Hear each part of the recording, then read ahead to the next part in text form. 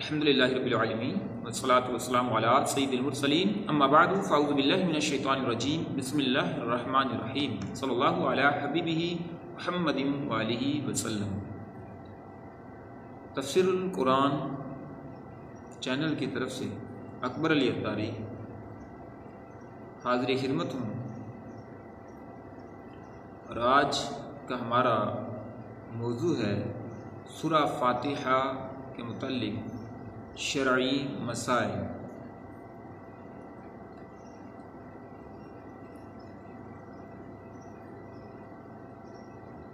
سورہ فاتحہ سے متعلق چند شرعی مسائل ذکر کیے دیتا ہوں۔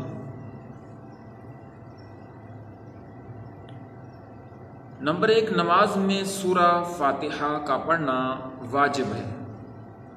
امام ہو چاہے تنہا نماز پڑھنے والا ہو، اپنی زبان سے سورہ فاتحہ پڑھے گا، جبکہ مقتدی امام کے پیچھے خاموش رہے گا۔ اور جہری نماز یعنی جو نماز مغرب کی 2 رکعتیں پہلے سٹارٹ والی، عشاء کی پہلی 2 رکعتیں، فجر کی 2 رکعتیں، ان میں اونچی آواز سے قرات کی جاتی ہے، تو جہری نماز میں اس کی قرات بھی یعنی سورہ فاتحہ کی جو قرات ہے اسے مقتدی خاموشی سے سنے گا، اور اس کا یہی عمل پڑھنے کے حکم میں ہے۔ اللہ تعالیٰ نے قرآن پاک میں تلاوت کے وقت مقتدی کو خاموش رہنے اور قرات سننے کا حکم دیتے ہوئے ارشاد فرمایا، وَإِذَا قُرِئَ الْقُرْآنُ فَاسْتَمِعُوا لَهُ وَأَنصِتُوا لَعَلَّكُمْ تُرْحَمُونَ۔ ترجمہ کنز العرفان۔ اور جب قرآن پڑھا جائے تو اسے غور سے سنو اور خاموش رہو تاکہ تم پر رحم کیا جائے۔ غور سے بھی سننا ہے اور خاموش بھی رہنا ہے۔ اور اس کی تائید میں حدیث ابن ماجہ میں ہے، حضرت ابو موسیٰ اشعری رضی اللہ تعالی عنہ سے روایت ہے، حضور اقدس صلی اللہ تعالی علیہ وآلہ وسلم نے ارشاد فرمایا، جب امام قرات کرے تو تم خاموش رہو۔ اور ابھی بھی اگر کوئی شک ایسا پیدا ہو کہ جب امام قرات کرے اونچی آواز میں پڑھے تو تب ہم نے شاید خاموش رہنا ہے، اور جب ظہر کی، عصر کی یا مغرب کی آخری تیسری رکعت یا عشاء کی 2 آخری رکعت جن میں خاموش سورہ فاتحہ امام پڑھتا ہے، اگر ایسا شک پیدا ہو کہ شاید اب مقتدی پڑھے، تو ایسا ہرگز نہیں ہے۔ اس ضمن میں حدیث پاک سماعت فرمائیے، پہلے قرآن مجید کی آیہ مبارکہ، پھر اسی ضمن میں حدیث ابن ماجہ، اور جب ہم نے امام نے خاموش بھی رہنا ہے تب بھی مقتدی نے خاموش ہی رہنا ہے، قرات نہیں کرنی۔ اس ضمن میں اور ان الفاظ کی تائید کے لیے حدیث ابن ماجہ ہے، حضرت جابر بن عبداللہ رضی اللہ تعالی عنہ سے روایت ہے، نبی کریم صلی اللہ تعالی علیہ وآلہ وسلم نے ارشاد فرمایا، جس شخص کا کوئی امام ہو تو امام کا پڑھنا ہی مقتدی کا پڑھنا ہے۔ اب اس میں کوئی شک کی گنجائش نہیں رہی۔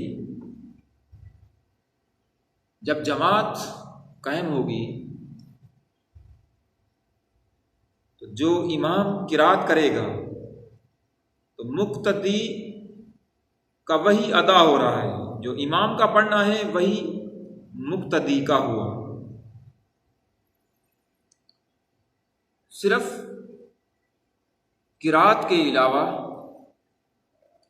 تکبیرات، ثنا، ولدوالین پر آمین، تشہد، درود پاک، دعا، سلام، یہ سب کچھ مقتدی امام بھی اور مقتدی دونوں ہی پڑھیں گے۔ تو جو یہ حکم ہے یہ قرات کے متعلق ہے، قرآن کے متعلق ہے کہ جب قرآن پڑھا جائے گا تو امام کا پڑھنا مقتدی کا ہی پڑھنا ہے۔ مقتدی وہاں پہ خاموش رہے گا، اگرچہ جہری نماز ہو یا ظہر اثر والی، ان میں خاموشی سے قرات کی جاتی ہے۔ اور اس ضمن میں ہی امام اعظم رضی اللہ تعالی عنہ کا ایک مناظرہ بطور دلیل پیش کیا جا سکتا ہے۔ البتہ اس سے پہلے جب قرآن اور احادیث موجود ہیں، اور بہت ساری احادیث موجود ہیں جن میں سے صرف 2 کا میں نے ذکر کیا ہے۔ امام فخر الدین رازی رحمۃ اللہ تعالی عنہ فرماتے ہیں مدینہ منورہ کے چند علماء امام ابو حنیفہ رضی اللہ تعالی عنہ کے پاس اس غرض سے آئے کہ وہ امام کے پیچھے مقتدی کی قرات کرنے کے معاملے میں ان سے مناظرہ کریں۔ امام ابو حنیفہ رضی اللہ تعالی عنہ نے ان سے فرمایا سب سے مناظرہ کرنا میرے لیے ممکن نہیں، آپ ایسا کریں کہ مناظرے کا معاملہ اس کے سپرد کر دیں جو آپ میں سب سے زیادہ علم والا ہے، تاکہ میں اس کے ساتھ مناظرہ کروں۔ انہوں نے ایک عالم کی طرف اشارہ کیا تو امام ابو حنیفہ رضی اللہ تعالی عنہ نے فرمایا کیا یہ تم میں سب سے زیادہ علم والا ہے؟ انہوں نے جواب دیا ہاں۔ امام ابو حنیفہ رضی اللہ تعالی عنہ نے فرمایا کیا میرا اس کے ساتھ مناظرہ کرنا تم سب کے ساتھ مناظرہ کرنے کی طرح ہے؟ انہوں نے کہا ہاں۔ امام ابو حنیفہ رضی اللہ تعالی عنہ نے فرمایا اس کے خلاف جو دلیل قائم ہوگی وہ گویا کہ تمہارے خلاف قائم ہوگی۔ انہوں نے جواب دیا ہاں۔ امام ابو حنیفہ رضی اللہ تعالیٰ نے فرمایا اگر میں اس کے ساتھ مناظرہ کروں اور دلیل میں اس پر غالب آ جاؤں تو وہ دلیل تم پر بھی لازم ہوگی؟ انہوں نے کہا ہاں۔ امام ابو حنیفہ رضی اللہ تعالیٰ عنہ نے دریافت کیا وہ دلیل تم پر کیسے لازم ہوگی؟ انہوں نے جواب دیا اس لیے کہ ہم اسے اپنا امام بنانے پر راضی ہیں تو اس کی بات ہماری بات ہوگی۔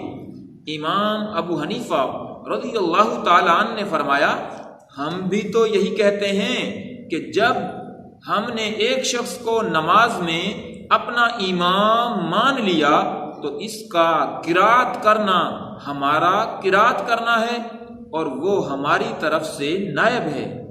امام ابو حنیفہ رضی اللہ تعالیٰ عنہ کی یہ بات سن کر سب نے اقرار کر لیا کہ امام کے پیچھے مقتدی قرات نہیں کرے گا۔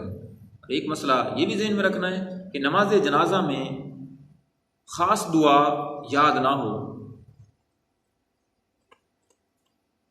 تو دعا کی نیت سے سورہ فاتحہ پڑھنا جائز ہے، جبکہ قرات کی نیت سے پڑھنا جائز نہیں ہے، یعنی قرآن کہہ کر قرات جس طرح نماز میں ہم سورہ فاتحہ کی کرتے ہیں اس نیت سے نہیں پڑھیں گے، بلکہ دعا کی نیت سے دعا کی جگہ پر ہی پڑھا جائے گا۔